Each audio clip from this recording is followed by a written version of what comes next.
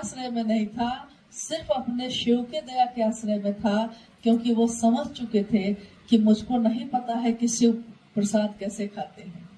वो जानते थे कि ये क्रिया कैसे होती है, ये मेरे जीवन में घटनाएं जो हो रही हैं ये कैसे हुई, ये मुझको नहीं पता है। लेकिन अब समाज के लोग खड़े हैं और लोग देखने के लिए खड़े हैं कि महादेव प्रसाद खाते हैं कि नहीं खाते हैं, और प्रसाद कैसे खिलाया जाता है ये मुझको मालूम ही नहीं है। तो जब मुझको मालूम ही नहीं है तो अब तो बुढ़ऊ इज्जत रखी है, मतलब इस एक पंक्ति में, ये 3 शब्दों का जो पंक्ति है ये, इसमें पूर्ण समर्पण और दया का आश्रय है। पूर्ण समर्पण है, मतलब झुके हुए हैं महादेव के सामने, सारा अस्तित्व अपना उनका गल गया है, भूल गए हैं वो, और झुक के कह रहे हैं महादेव को कि बुढ़ऊ इज्जत रखिए।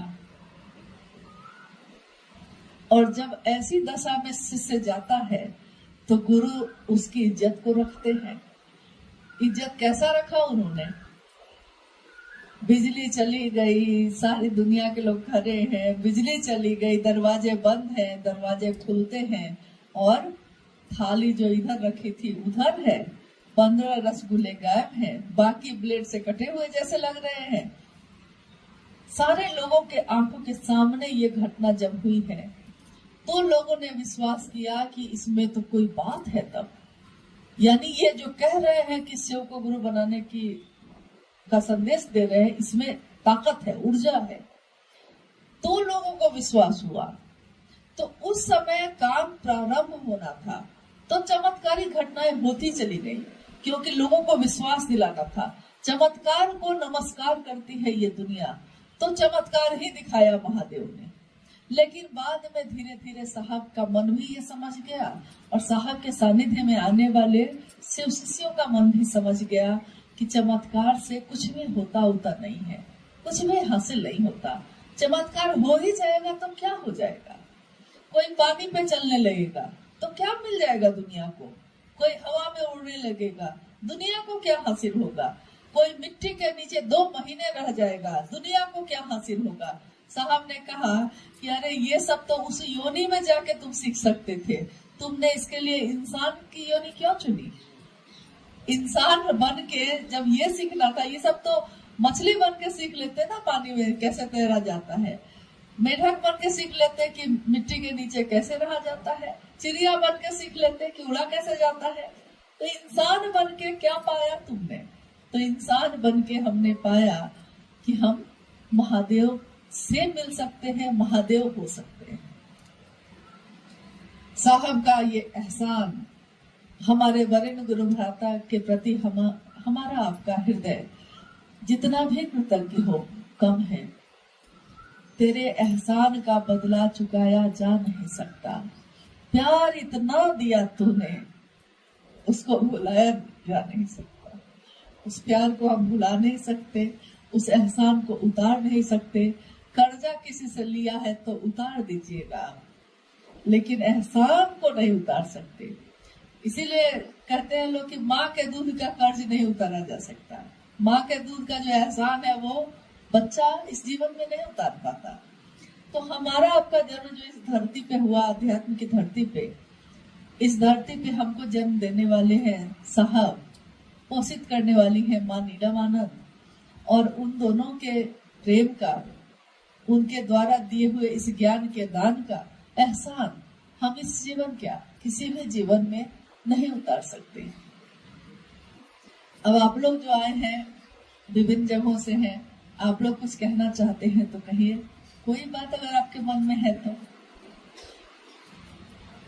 नहीं है तो मत कहिए।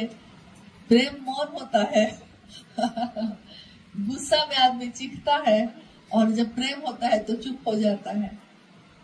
ये भी लक्षण है। बहुत जगह आप देखे होंगे, अपने जीवन में भी देखे होंगे कि जब हमने शुरुआत में शिव चर्चा करना शुरू किए थे, तीनों सूत्र करना शुरू किए थे, तो हम लोग को बड़ी शिकायतें होती थी लोगों से। मतलब किसी से शिकायत होती थी, वो अच्छा नहीं कर रहा है, वो ठीक से नहीं कर रहा है। अब खुद से शिकायत होती है कि हम और अच्छा क्यों नहीं कर रहे हैं। पहले दूसरों से शिकायत होती थी, अब खुद से शिकायत है कि हमको और करना है महादेव के लिए। दूसरे क्या कर रहे हैं इसको हमको नहीं सोच रहा है। और सब तो अपने ही है, कोई बहुत अच्छा है, कोई थोड़ा कम अच्छा है, लेकिन गुण और अवगुण दोनों तो सब में मिले हुए हैं। हम अपना गुण अवगुण तो देख नहीं पाते, तो दूसरे का देखते हैं। यह जीवन महादेव महादेव करते हुए गुजर जाए, इससे सुंदर जीवन और कुछ नहीं हो सकता। बाकी जीवन को चलाने के लिए, परिवार को चलाने के लिए तो हम झूठ भी बोलते हैं, छल भी करते हैं, अपराध भी करते हैं, मतलब छोटी मात्रा में ही सही, लेकिन अपराध तो अपराध है, झूठ तो झूठ है। लेकिन अपने जीवन को चलाने के लिए जगत को बेचकर जगत खरीदने का रिवाज पुराना है, ये साहब ने हमेशा कहा है। लेकिन उन्होंने इसके साथ एक पंक्ति और कही कि जगत को बेचकर शिव को खरीद सको। खरीद सको मतलब क्या? क्या वो खरीदने बेचने की चीज है? नहीं है। पा सको, जगत बेचकर शिव को पा सको तो अच्छा है, लेकिन शिव को बेचकर जगत को मत पाना, क्योंकि तब तुम्हारा हाथ पूरी तरह खाली हो जाएगा, कुछ भी नहीं होगा उसमें।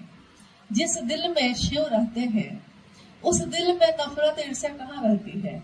लेकिन जिस दिल में शिव नहीं रहते, खाली है अगर, तो आपको दूसरों से बड़ी शिकायत होगी, बहुत ज्यादा। हर आदमी दोषी नजर आएगा।